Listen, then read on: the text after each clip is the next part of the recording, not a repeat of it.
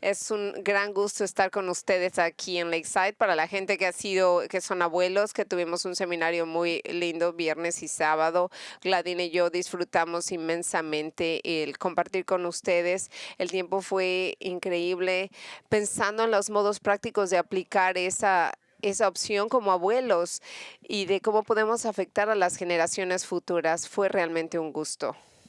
Y un placer también al mismo tiempo. Me doy cuenta que no muchos de ustedes son padres, solamente no han llegado a ser abuelos y les falta tiempo para eso, pero aún así todos podemos considerar que tenemos abuelos y yo podría adivinar que la mayoría de nosotros recordamos a nuestros abuelos. Podríamos recordar algo que nuestros abuelos nos enseñaron, algo así como que usted puede pensar algo que le enseñaron los abuelos. Pudo haber sido algo muy práctico, como que a lo mejor le enseñaron cómo hacer galletas deliciosas. Si ese fuera el caso, déjeme saber dónde vive y yo vengo y lo confirmo. O a lo mejor cómo pescar un pez muy grande, o a lo mejor un padre que le enseñaba alguna lección de la vida que fue muy importante. A lo mejor su abuelo le enseñó un día, lo miró a la cara y le dijo lo importante de mantener siempre sus promesas, o algunas de esas habilidades de la vida que le enseña cómo usted puede presentarse a alguien por primera vez. O a lo mejor de pequeños no podríamos apreciar realmente lo que esta persona nos estaba enseñando. Y ahora cuando regresamos y pensamos en esa experiencia, pensamos, wow, eso fue realmente de gran ayuda. A lo mejor no lo apreciamos, pero no realmente un abuelo o esa persona mayor a nosotros que nos ayudó. Yo creo que todos nosotros como adultos hemos tenido niños en nuestra vida. Algunos de ellos, los niños, están al lado de usted. Algunos de ellos son padres que están educando a sus niños y algunos otros son padres o abuelos. Tenemos nietos, sobrinos, o si no tiene hijos biológicos, usted en algún momento tiene que ver que en esta iglesia, aquí va a haber niños aquí en su misma iglesia con las que usted saluda, a los que usted ve. Cuando usted piensa en la gente joven de su vida, los niños jóvenes, los adolescentes, ¿qué les está enseñando usted? ¿Qué les podría estar enseñando a usted? Nosotros no les podemos enseñar todas esas habilidades como cocinar, como pescar, a lo mejor algo muy especial que nuestros abuelos nunca nos enseñaron. Podemos enseñarle a las generaciones como cosas de tecnología, pero no al revés. Ellos son los que nos enseñan a nosotros. O posiblemente podemos nosotros enseñar esas lecciones acerca de promesas que no se rompen, como introducirnos a alguien. Cuando pensamos todo lo que podemos enseñarle a un niño, un adolescente, ¿cuál sería la cosa más importante que usted cree que le puede enseñar a las generaciones futuras? De todas las posibilidades que usted piensa, ¿cuál sería la fundación central que usted le podría enseñar, usted y yo, a las generaciones que vienen? ¿Qué tal está del Salmo 34:11? Que dice, venid hijos, escuchadme, te enseñaré el temor del Señor. Este es Salmo 34:11 y yo lo invito que si usted tiene la Biblia o electrónica, que usted venga y que vea en el Salmo 34, cuando yo hablo del temor del Señor, no le voy a decir que hable y que levante la mano, pero cuando yo le digo una de las cosas más importantes que usted le puede enseñar a las generaciones futuras, a los pequeños, a los grandes, yo me pregunto cuánta gente dice, oh, el temor al Señor es lo que le quiero enseñar a ellos. Ese es un tema que viene y que no muchas veces viene como lo más principal y muy importante en la vida porque no lo pensamos, pero usted sabe que el temor al Señor no es un concepto oscuro, como que está puesto en la parte de atrás de nuestro closet que nadie ve. ¿Usted quiere adivinar cuántas veces en la Biblia el temor del Señor aparece? ¿Como cuántas veces cree usted que vemos esa frase, el miedo o el temor al Señor? Es aproximadamente más de 150 veces aparece en la Biblia. Nosotros en la Biblia vemos esta frase, el temor al Señor. Ahora, yo pensaría que algo no sería como un tema muy raro, más bien importante. Vamos a leer los primeros 11 versos del Salmo 34. Esto dice la palabra del Señor. Bendeciré al Señor en todo. Al Señor continuamente estará en alabanza mi boca. Perdón, esto es lo que dijo David. Bendeciré al Señor en todo tiempo, continuamente estará su alabanza en mi boca. En el Señor se gloriará mi alma, los oirán los humildes y se regocijarán. Engrandecer al Señor conmigo y exaltemos aún a su nombre. Busqué al Señor y Él me respondió y me libró de todos mis temores. Los que a Él miraron fueron iluminados. Sus rostros jamás serán avergonzados. Ese pobre clamó, el Señor le oyó y lo salvó de todas sus angustias. El ángel del Señor acampa alrededor de los que le temen y los rescata. Probad y ved que el Señor es bueno. Cuán aventurado es el hombre en quien Él se refugia. Temed al Señor, vosotros sus santos, pues nada les falta a aquellos que le temen. Los leoncillos pasan necesidad y tienen hambre, mas los que buscan al Señor no carecerán de bien alguno. Venid, hijos, escuchadme. Os enseñaré el temor del Señor. ¿De qué estamos hablando aquí? ¿De qué estamos hablando aquí cuando decimos del miedo del Señor? ¿Qué quiere decir eso? ¿De qué hablamos? Déjeme ser cándido, dulce. Yo creo que podría decirle que la mayoría de nosotros tenemos una idea medio nublada de lo que es el temor al Señor. No es un tópico, un tema común, pero muy poca gente que ha leído libros acerca del temor al Señor. ¿Y sabe por qué es eso? Porque realmente hay muy pocos libros que hablan acerca del miedo o el temor al Señor. Si usted regresa al hombre que escribió hace mucho tiempo, en las generaciones, pocas generaciones atrás, yo solamente puedo recordar un par de libros acerca del temor del Señor. Uno de mis favoritos de esos libros es el pastor de Jerry Bridges, que fue un mentor y un gran amigo para mí. Pero Jerry Bridges escribió El gozo de temer al Señor. Así que si algún día le gustaría pensar en ese libro, déjeme que le recomiendo, es El gozo del temor al Señor.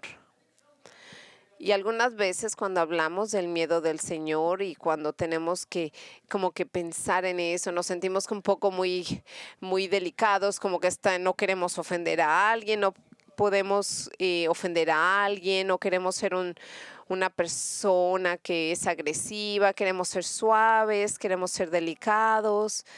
Podemos pensar algo como que el miedo al Señor quiere decir como que tú lo respetas, como que tú respetas al Señor. Mientras yo pienso acerca de ese concepto, hay mucha gente que merece nuestro respeto.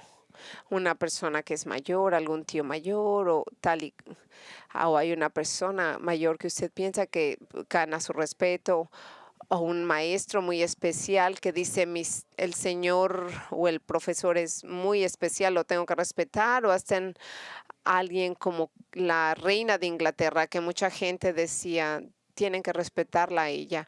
Pero cuando usted piensa acerca del Señor, usted pone al Señor al mismo nivel de esos tíos, de esos maestros o hasta de la misma reina de Inglaterra.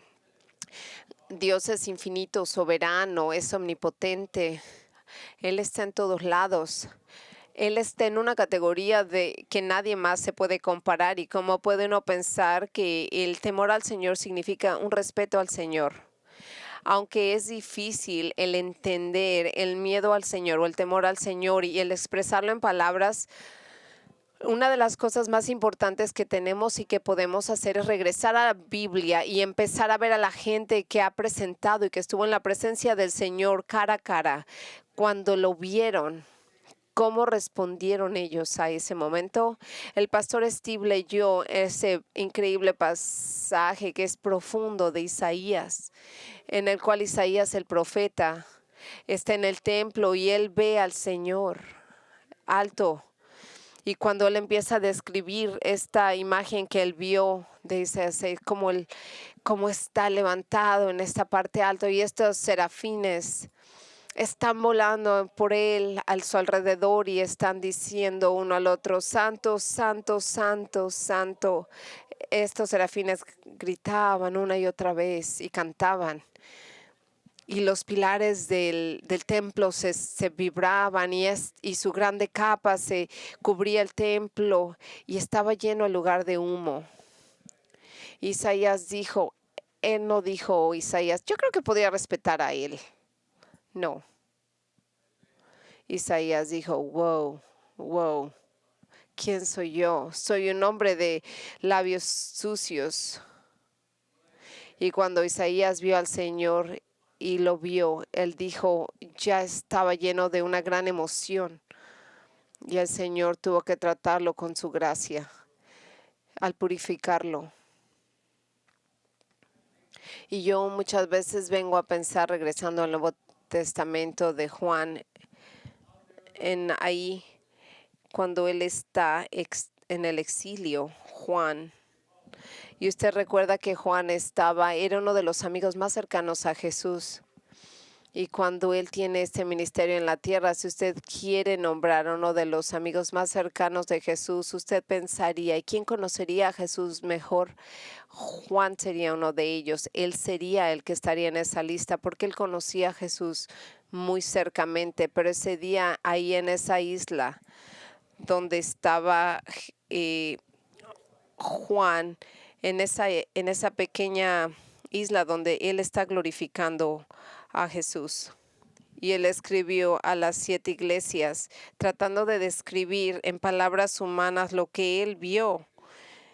Y cuando vemos en Revelación, en el Apocalipsis, cómo está tratando él de describir algo que es indescriptible. Él está tratando de entender, de explicar una metáfora que no puede encontrar. ¿Cómo puedo poner en palabras humanas lo que yo vi en esa visión?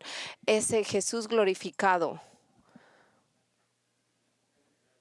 Y yo me doy cuenta que yo estoy aquí pensando y con la libertad por ustedes que entiendan, que yo pudiéramos leer la descripción de Juan, de lo que vio ese día, del modo que yo lo imaginaba que él lo diría, si él estaría aquí enfrente de usted tratando de explicar esa visión. Eso es lo que yo me imagino que Juan le diría a usted, tratando de decirnos lo que vio en ese momento. Apocalipsis del 1, del 12 al 17. Y me volví para ver de quién era la voz de que hablaba conmigo. Y al volverme vi 7 candelabros de oro, y en medio de los candelabros vi a uno semejante al Hijo del Hombre, vestido con una túnica que le llegaba hasta los pies, y ceñido con el pecho con un cinto de oro. Su cabeza y sus cabellos eran blancos como una blanca lana, como la nieve. Sus ojos eran como llamas de fuego. Esos eran como flamas. Sus pies semejantes al bronce bruñido cuando se le ha hecho refulgir en el horno, y su voz era como el ruido de muchas aguas.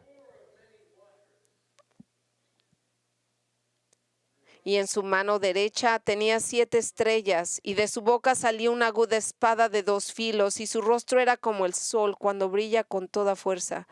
Cuando le vi, caí como muerto a sus pies, y él puso su mano derecha sobre mí. Y fíjese lo que dijo Juan en esto. Cuando le vi, caí como muerto a sus pies. Amigos, escuche esto. Es uno de los amigos más cercanos a Jesús. Pero cuando lo vio a Jesús glorificado, él estaba fulminado. Él cayó ante la presencia de Jesucristo glorificado. Y él dijo, respondió en el temor de Dios. Escúcheme, amigos, ni siquiera hemos tenido la oportunidad de pensar en otra gente que tuvo la presencia del Señor, como Moisés, como Job, Cuando él lo confrontó de mano a mano, ¿dónde estabas tú cuando yo hice la tierra? Le dijo a Job. ¿Y qué le dijo Job? Yo puse mi mano sobre mi boca. ¿Por qué me atreví a abrir la boca cuando tú eres Dios? Me sentí tan aquebrantado, tan humillado. Cuando la gente vino cara a cara con el Señor, ellos siempre acabaron postrados mirando al piso. ¿Cómo podemos describir nosotros? ¿Cómo podemos definir el miedo al Señor, el temor a Dios? Yo tengo mucho respeto cuando yo veo a Sinclair Ferguson, un hombre muy especial, un hombre que cuando él trata de definir al Señor dice es algo indefinible. Esta mezcla indefinible de reverencia, temor, placer, alegría y asombro que llena nuestros corazones cuando nos damos cuenta de quién es Dios y lo que Dios ha hecho por nosotros.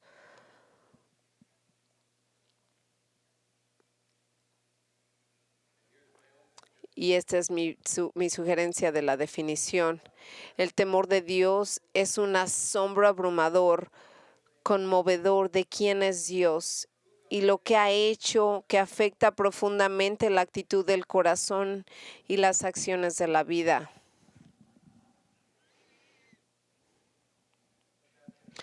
Hagámonos otra pregunta.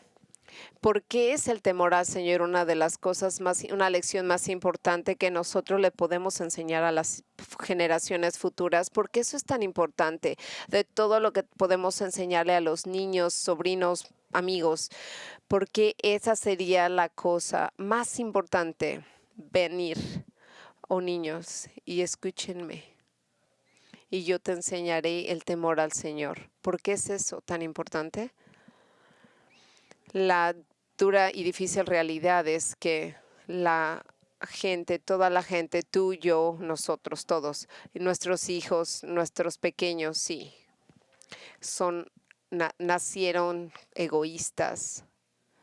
Y como abuelos, yo lo sé cuando yo enseño acerca de ser abuelos y es difícil que los abuelos lo acepten con gusto porque yo sé que mi pequeña nieta es un amor, le digo Ángel, pero yo sé que nació ella pecadora.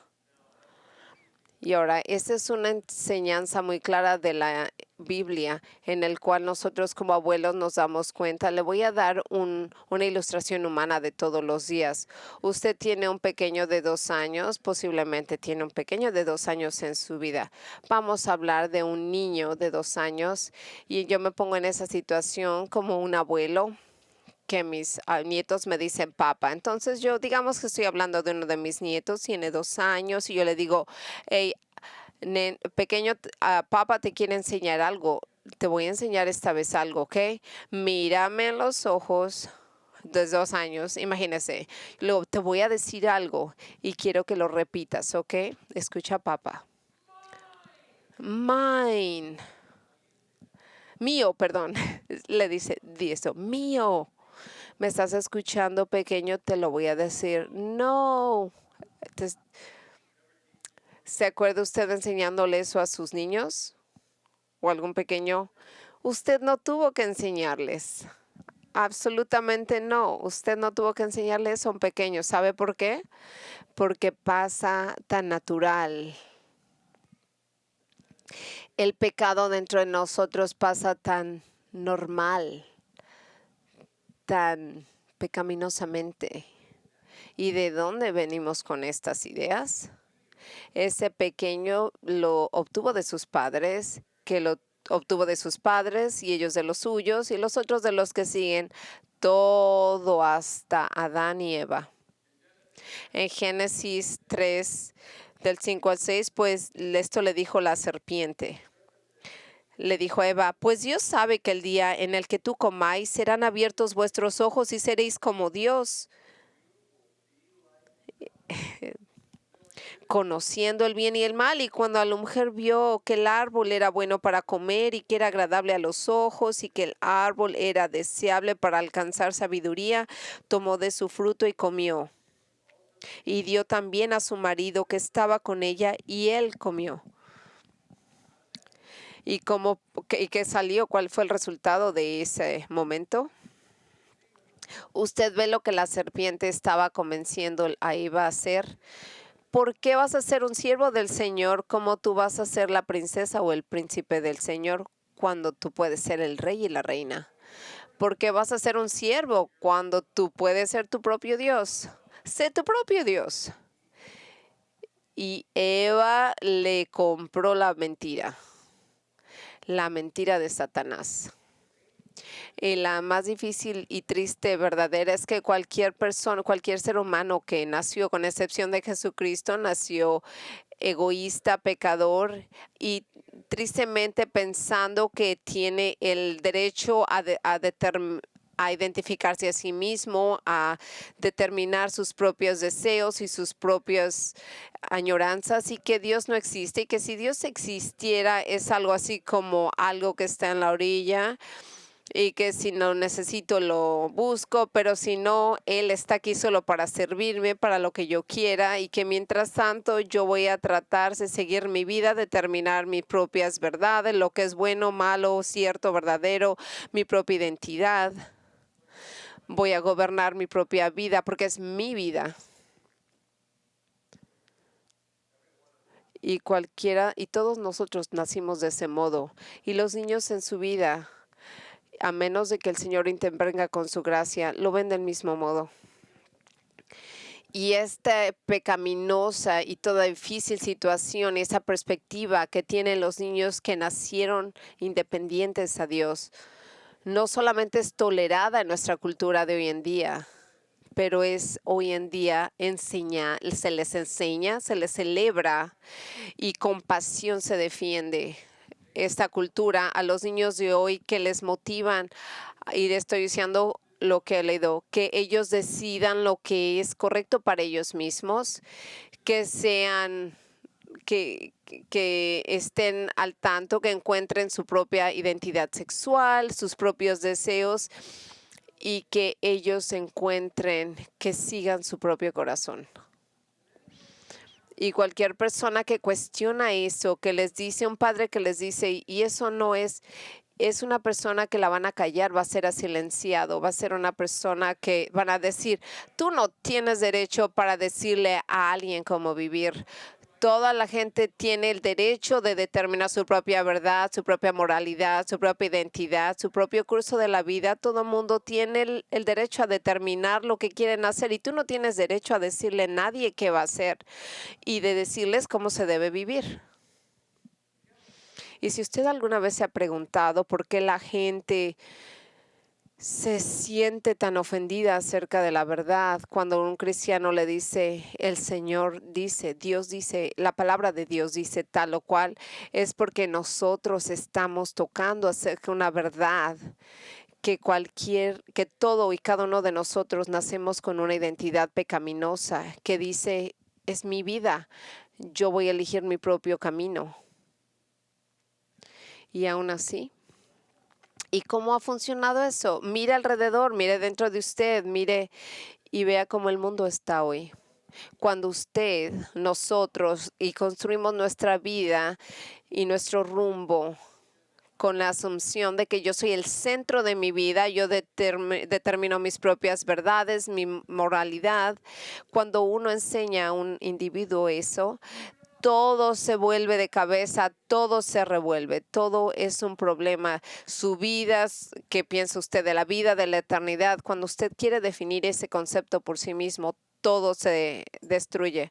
Usted está familiarizado con Romanos 3:23, todos han pecado. Y usted ha leído el versículo de Romanos 3, el versículo le dice Pablo a los romanos,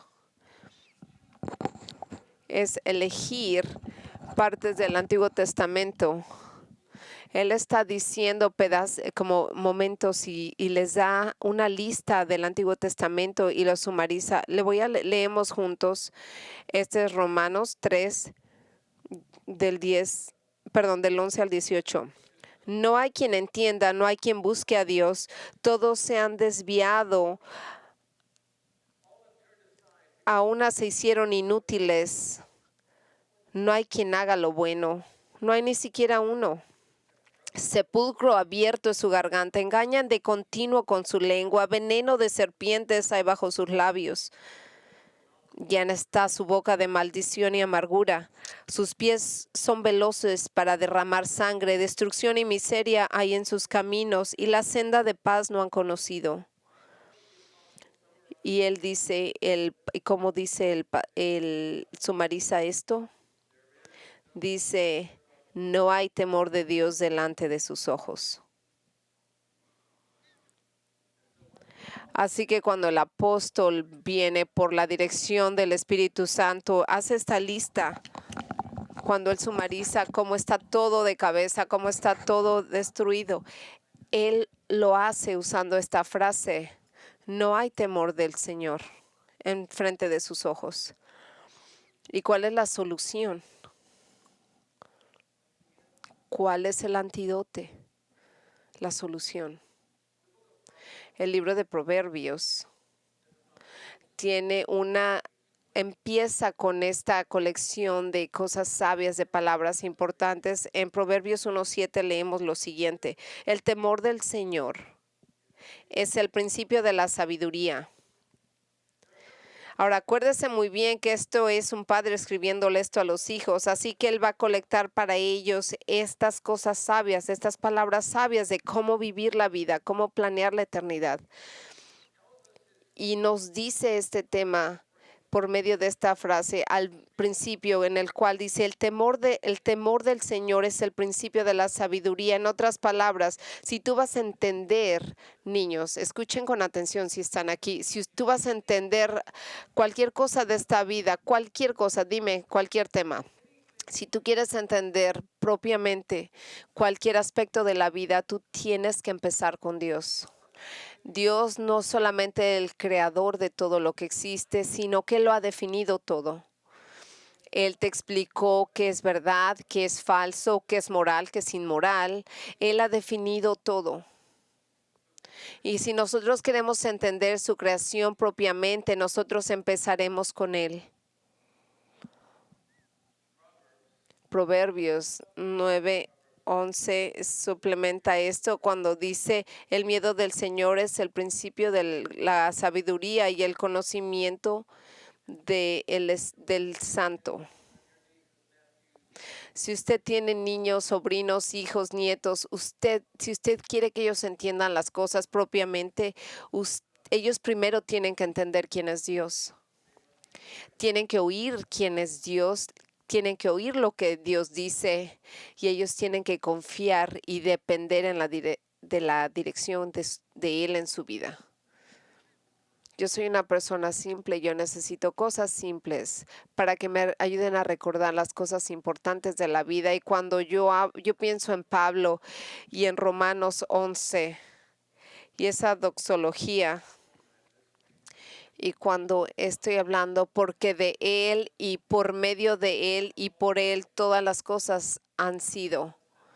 Piénselo bien, porque de Él, a través de Él y por medio de Él han sido todas las cosas. Todo lo que existe, todo lo que tocamos, lo que vemos, todo lo que existe viene del Señor. Y está sostenido por la providencia del Señor, y es para su gloria y es para Él. Así que cuando nosotros tenemos que entender algo propiamente, nosotros tenemos que mirar al mundo de nuestro alrededor, tenemos que mirarnos en el espejo y decir: todo viene de Él. Él es el dueño y el autor de todas las cosas. Él sostiene todo, Él mantiene todo. Y Él es la meta de todo, y es al que debemos de glorificar, porque todo es por Él y para Él. Y nada en la eternidad se centra en usted o en mí, se centra en el Señor. Cuando nuestros hijos estaban creciendo, yo les decía a ellos que una de las cosas más importantes que ellos pueden aprender es la siguiente: Él es Dios y tú no eres Dios.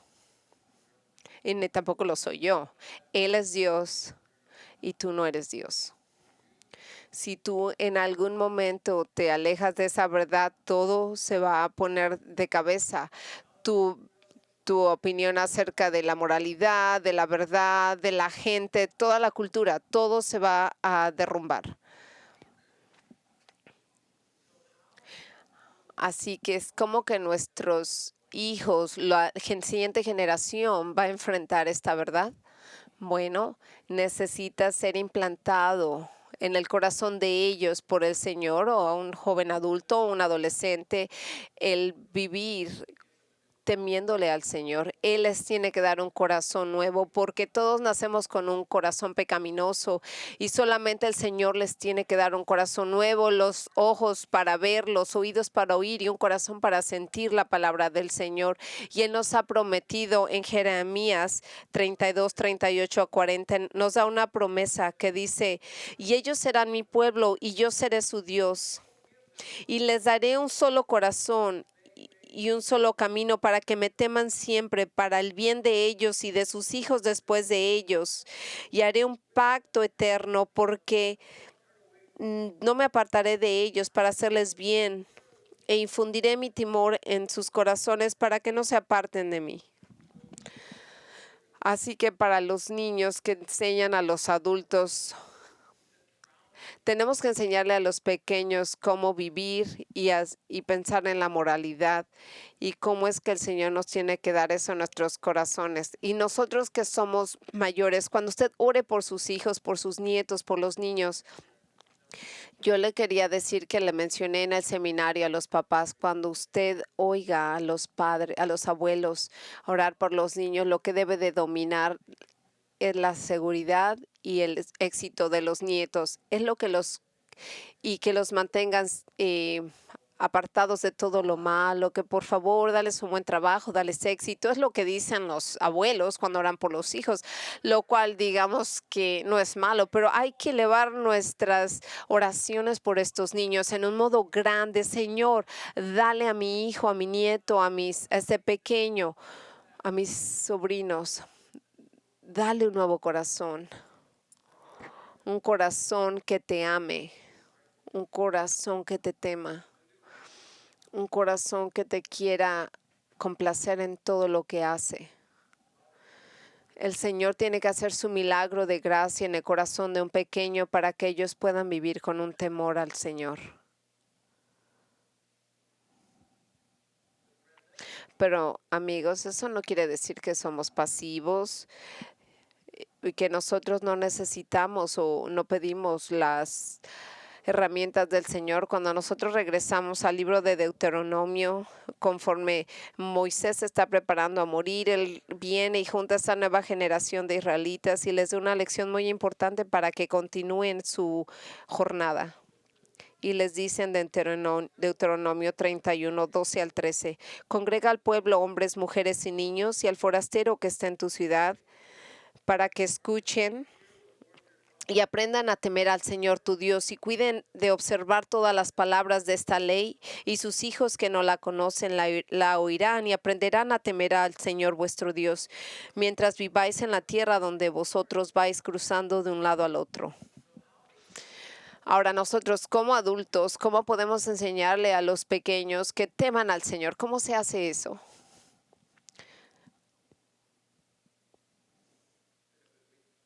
Ha sido un fin de semana. Mi voz es un testimonio de cuánto lo he disfrutado. Cómo nosotros le enseñamos a las generaciones futuras a temer al Señor. Yo le estoy diciendo a la gente, a los adultos aquí: usa tu mente, edúcate. Crece en el conocimiento de Jesús, de Dios. Aprende todo lo que tengas que aprender acerca de Dios. Tú no le puedes dar a un niño lo que tú no tienes. Tú no puedes darle lo que tú no posees. Así que si tú le quieres enseñar a un niño acerca de Dios, la centralidad de su presencia, el miedo al Señor, tiene que ser suficiente en tu mente, en tu corazón, para compartir con ellos. Haz un hábito de tu vida de saturarte de la palabra del Señor. Y cuando tú lees la palabra del Señor, cuando tú oyes la palabra del Señor, asegúrate que estás poniendo atención de aprender de Él. Muchas veces nosotros vemos que que dicen, no, ¿qué dirá la Biblia? ¿Qué querrá el Señor hacer con mi vida hoy? Y sí, la Biblia impacta nuestra vida, pero no se centra en usted. La Biblia se centra en Dios. Y cuando usted lea su Biblia y cuando usted busca qué puedo aprender de Dios y de sus atributos, use sus palabras, use su mente para enseñar a las generaciones más jóvenes acerca del temor al Señor. Intencionalmente pásele este conocimiento a ellos. Usted posiblemente tiene niños, que usted tiene algún plan para enseñarle a los niños acerca del Señor. Cuando nuestros hijos eran pequeños, era casi siempre antes de ponerlos a dormir, cuando pasábamos tiempo leyendo la palabra. Conforme crecieron, eran diferentes horarios, empezamos a hacer cambios y lo hicimos en la mañana, pero uno tiene que buscar intencionalmente ese momento, ese plan de compartir, que es algo muy importante. Nosotros tenemos que tener una cultura en nuestra casa que la palabra del Señor está centrado. Cuando vivimos todos los días, les enseñamos, los disciplinamos, los educamos. Siempre hablamos del Señor. Nosotros les decimos al Señor y a nuestros hijos que el Señor y Dios es el centro de todo lo que hacemos. Y les podemos decir, yo te amo, pero tú no estás en el centro del universo, Dios es. Así que nosotros vivimos en una cultura en esa casa donde siempre estamos enseñándole a ellos acerca del Señor, de lo bueno que es Él, usando nuestras palabras para alabarlo. Y terceramente, tendremos que modelar esa vida como una generación que viene y una generación que busca al Señor. Nosotros les hemos dicho que el Señor está en el centro de todo, que el Señor lo define todo, que el Señor sostiene todo. Nosotros le decimos a esa generación acerca de Dios y que todo está y se centra en Él. Y su vida está simplificando y enseñando eso. Su ejemplo enseña que va a decir, abuelo, yo sé lo que tú me estás diciendo, oigo lo que tú dices, pero ellos pueden decir, yo veo que tú haces lo que dices, estás centrado en el Señor, que Dios es el más importante en tu vida. Usted modela esa vida que quiere para ellos. Si nosotros vamos a enseñarle a las generaciones futuras acerca del temor al Señor, cuáles son los beneficios y cómo nosotros vamos a beneficiarlos de esto. Le voy a dar unos ejemplos esta mañana. Primero que nada, el miedo del Señor nos da una perspectiva de la vida y de la eternidad. En el Salmo 111:10 dice, el principio de la sabiduría es el temor del Señor. Buen entendimiento tienen todos los que practican sus mandamientos y su alabanza permanece para siempre. Si usted quiere darle consejo a alguien, usted tiene que entender la vida mejor para explicarle a ellos y explicar lo que es importante, lo que es temporal, lo que es eterno, lo que realmente importa, lo que es falso, lo que es moral o inmoral. Usted enséñele a ellos el temer al Señor, porque les da una perspectiva, les da el contexto correcto a cada cosa que enfrentan. Segundamente, otro beneficio del miedo al Señor o el temor al Señor es que resuelve resistir la tentación. Y sería el temor al Señor es la fuente de vida para evadir los lazos de la muerte. Nuestros amigos adultos en este lugar, yo sé, nosotros sabemos, yo creo que recordamos nuestra propia juventud cuando el mundo está constantemente empujándonos, jalándonos, nos dice que vayamos con la corriente y nos quiere arrastrar con ellos y nos dice que cada individuo es su propio Dios, determina tus propios deseos, tus propias identidades, tus propios sueños. Yo no sé si la gente dice eso, pero el punto es que tú eres tu propio Dios. Esa es la corriente en la que vivimos, esta es la cultura en la que estamos nosotros. Y este mundo nos está diciendo, está arrastrando a nuestros hijos por medio de maestros, de amigos, que le está diciendo, tú ve con la corriente, síguela, determina tu propia vida. Y si usted va a tener niños en su vida, adolescentes, y le va a decir que va a nadar en contra de esa corriente, van a necesitar ayuda, van a necesitar gente que le diga, no, no es la verdad. La realidad es de que el Señor es central, Dios es central y tú tienes que escucharlo a Él, lo tienes que obedecer a Él, tú tienes que seguir al Señor, que Él sea el centro de tu vida, porque son los adultos que tienen que recordarles ese temor a los niños para que ellos puedan resistir y que ellos puedan nadar contra la corriente, aunque sea tan duro, y que ellos puedan entender que los puntos de vista de esta cultura son equivocados y pueden vivir una vida de integridad. El tercer beneficio del miedo del Señor es que nos trae gozo y libertad. Y en el Salmo 34 del 8 al 9, dice, prueba y sé que el Señor, prueben y vean que el Señor es bueno y dichosos son los que en Él se refugian. Yo he pensado que esta cultura ahora nos quiere enseñar a nuestros hijos que tú eres tu propio Dios. Tú determinas tus verdades, lo que tú crees, lo que tú quieres. Y ellos están diciéndole a este niño, a este adolescente, que en esencia sé tu propio Dios, y entonces los niños nunca fueron creados para cargar ese peso. Satanás estaba engañando a Eva y le sigue engañando a nuestros hijos. Ellos nunca fueron diseñados a ser su propio Dios. Solamente Dios puede ser Dios. Y cuando esta cultura les dice en esencia a los niños, oh, tú no necesitas a Dios, sé tu propio Dios, tú vas a inventar tus propias cosas. Y cuando ellos se miran a sí mismos, así, ¿y ahora qué voy a hacer? ¿Qué voy a decidir? ¿Cuál es mi identidad sexual? Ese es un peso que los niños nunca estaban supuestos a cargar.